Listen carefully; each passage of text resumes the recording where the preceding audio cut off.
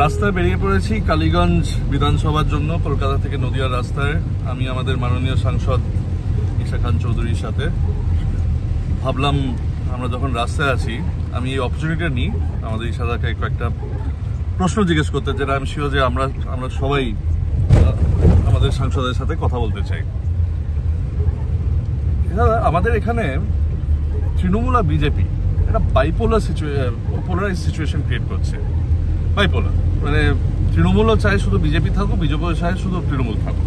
ওরা চেষ্টা করছে যে কোনো মানে কংগ্রেসের যে থার্ড ফোর্সটা না আসতে দিতে বেঙ্গলের পলিটিক্সে। আপনার কি করে মনে হয় এটা ট্যাকল করা উচিত? হ্যাঁ, এটা আমরা আবার দেখছি। মালদাতে রিসেন্টলি কিছু অশান্তি হয়েছে, কিছু রায়েটস হয়েছে মালদা মুর্শিদাবাদে। ওখানে সাফ করে দেখা যাচ্ছে যে বিজেপির স্ট্র্যাটেজি এবং টিএমসির স্ট্র্যাটেজি হচ্ছে বিভেদ সৃষ্টি করার ভোট। বিজেপি তো শুধু এসে ধর্ম কথা বলে।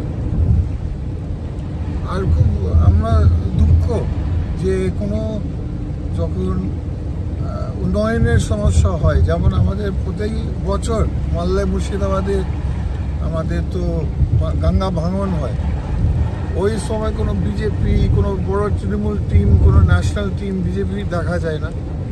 শুধু ওই ধর্মেও বিষয় নিয়ে ওরা আসে মালদা মুর্শিদাবাদে, আর ওই বিষয়গুলো ওরা আরও খারাপ করতে চাইছে। ওরা ভোট ব্যাংক তৈরি করার চেষ্টা করছে, ধর্ম না। আর আমরা ভাব যে টিএমসিও তাই করার চেষ্টা করছে। টিএমসি বিজেপি হয়তো মেজরিটি ভোটারের সঙ্গে খেলতে চাইছে, বলতে চাইছে সব মাইনরিটিরা খারাপ। আর টিএমসির স্ট্র্যাটেজি হচ্ছে যে আমরা একটা পার্টি, আমরা তো মাইনরিটিদেরকে বাঁচাতে পারি। তো একদম এনআরসি যে ছিল এটা রিপিট অফ এনআরসি, কিন্তু বিষয় এখানে হচ্ছে ওয়াকফ বিল। আমরা যতটুকু দেখেছি মালদা মুর্শিদাবাদে এরকম আগাচ্ছে টিএমসি। এটা পুরাতন স্ট্র্যাটেজি, পচা স্ট্র্যাটেজি। এনআরসি তো মানুষ বুঝে গেছে যে ভয় করার জন্য, মানুষকে ভয় দেখাবার জন্য ভোট নেওয়া হয়েছে। বিভেদ সৃষ্টি করেছে ধর্ম নামে, ধর্ম রাজনীতি নিয়ে ভয় দেখিয়েছে ভোটারকে। তো তুমি মানে হিন্দু ভাইদেরকে বলেছে তুমি হিন্দু, তুমি বিজেপিকে ভোট দাও। মাইনরিটি ভোটারদেরকে বলেছে তুমি মুসলমান, তুমি ভোট দাও। এই বিভেদ সৃষ্টি যে কংগ্রেস কোনোদিন করে না আর করবে না। আমাদের বক্তব্য হচ্ছে কংগ্রেস থেকে আমাদের স্ট্র্যাটেজি হওয়ার উচিত ওটা বলার যে আবার আপনাকে ঠকাবার জন্য আসছে দুটো দল, টিএমসি এবং বিজেপি। ঠকাবার কি করে? আপনাদের সমস্যাগুলো আছে আপনার গ্রাসরুট লেভেলে। আপনার গ্রামে রাস্তা নেই, আপনার ব্লকে বা ডিস্ট্রিক্টে ভাঙন হয়, গঙ্গা ভাঙন হয় বা নদীর ভাঙন হয়, কিচ্ছু করছে না এগুলো সরকার। কেন? এইগুলো বিষয় আমাদেরকে তুলতে হবে। দুর্নীতি চলছে। মোদী সরকার তো প্রতিশ্রুতি দিয়েছেন আমাদেরকে কোটি কোটি চাকরি, উল্টো আমরা দেখছি কোটি কোটি চাকরি যুবকদের জন্য কমে যাচ্ছে আমাদের রাজ্যতে। তো না মমতা সরকার না মোদী সরকার কিছু করছে যুবকদের জন্য, চাকরিদের জন্য কিচ্ছু নাই। উল্টো আমাদের রাজ্যতে 25,000 শিক্ষক শিক্ষিকারা চাকরি হারিয়ে ফেলেছেন সরকারের দুর্নীতির জন্য। তো এইগুলো বিষয় কংগ্রেস পার্টি ছাড়া কেউ তুলতে চায় না। তার জন্য মালদা আমাদের স্ট্র্যাটেজি, আমাদের হচ্ছে এগুলো মানুষের সামনে নিয়ে আসা। দেখুন, কংগ্রেস হচ্ছে ধর্ম নিরপেক্ষ পার্টি। আপনাদের সামনে আপনারা ভুলে যাচ্ছেন যে বিভিন্ন সমস্যা আছে আমাদের রাজ্যতে, আমাদের দেশে। সেটা কংগ্রেস পার্টি ছাড়া কেউ দেখছে না। আমরা দেখব, আমরা আপনাদের উন্নয়নের জন্য লড়াই করব। আমরা ধর্ম নিরপেক্ষ পার্টি, সবার জন্য আছি। এইভাবে আমরা পাবলিকের কাছে যাচ্ছি।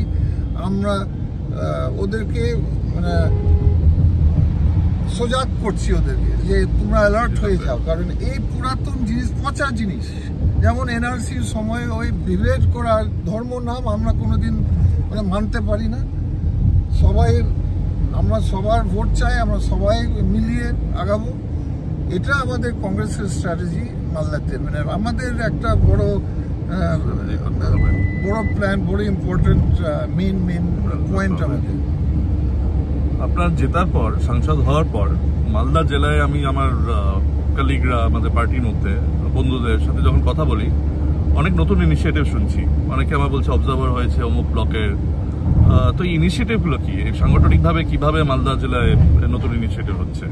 দেখুন, আমরা মনে করি যে আমাদের আগামী দিন তো 9 মাসের মধ্যে বিধানসভা ইলেকশন। তো ইলেকশনে জিতার জন্য কয়েকটা জিনিস দরকার হয়, টাকা পয়সা, রিসোর্সগুলো, ভালো প্রার্থী, আর তাছাড়া সংগঠন ঠিক থাকতে হবে। সংগঠন আমাদের মালদা মুর্শিদাবাদ একটু কিছু কিছু জায়গাতে নরম আছে, তার জন্য মজবুত করার জন্য আমরা বিভিন্ন স্টেপ নিচ্ছি।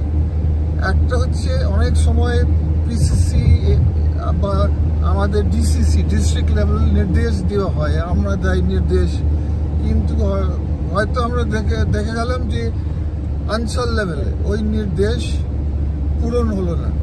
তো আমরা এখানে দিচ্ছি যাতে পার্টি একটু টাইট হয়ে যায় অর্গানাইজেশন।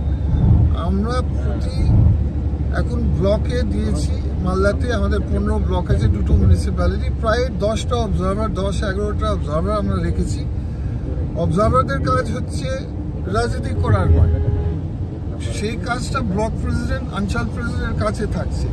কিন্তু অবজারভাররা যাচ্ছে, তারা প্রতি ব্লকে যাচ্ছে, প্রতি মাসে 2-3বার খবর নিতে, যে ইনস্ট্রাকশন আসছে, যে নির্দেশ আসছে ডিস্ট্রিক্ট থেকে, ওটা পূরণ হচ্ছে কিনা, কাজ হচ্ছে কিনা, মিটিংসগুলো হচ্ছে কিনা। আমরা চাপ দিতে চাই অঞ্চল লেভেলের উপরে, ব্লক লেভেলের উপরে। কেন? আলটিমেটলি আমরা চাই কি বুথগুলো স্ট্রং হয়ে যায়। বুথকে মজবুত করার জন্য আগে অঞ্চল আর ব্লক ঠিক থাকতে হবে, ডিস্ট্রিক্ট ঠিক থাকতে হবে। আর প্রতি মাসে আমাদের আরেকটা নির্দেশ যে প্রতি মাসে কমসে কম 2টো মিটিং হয়ে যায়, অঞ্চল লেভেলে, ব্লক লেভেলে। আর ডিস্ট্রিক্টে আমাদের প্রচুর মিটিং চলছে, যেমন আমাদের এই মাসে বোধহয় 6-7টা মিটিং হয়েছে। তো চাপ দিতে হবে, একটা সিস্টেম রাখতে হবে। আমরা এটাকে বলে অবজারভেশন সাব কমিটি আমরা তৈরি করি, ডিস্ট্রিক্ট কমিটির নিচে একটা সাব কমিটি তৈরি করেছে বিভিন্ন অবজারভার নিয়ে। তো দেখা যাক, লাগছে একটা ভালো রেজাল্ট হতে পারে এটা নিয়ে, মানে সংগঠন একটু টাইট হয়ে যাচ্ছে। ধন্যবাদ, বেশ ইন্টারেস্টিং এটা শুনতে। আমরা এখন ব্যারাকপুর ক্রস করছি, নদিয়ার দিকে কালীগঞ্জে আজকে লাস্ট ডে ক্যাম্পেইনে আমরা জয়েন করতে যাচ্ছি। সেন্ট্রাল যে র্যালি হবে, পিসিসি প্রেসিডেন্টও থাকবেন, পুরো নেতৃত্ব থাকবে। যদি কেউ ওখানে আছে, আশা করি দেখা হবে তোমাদের সাথে।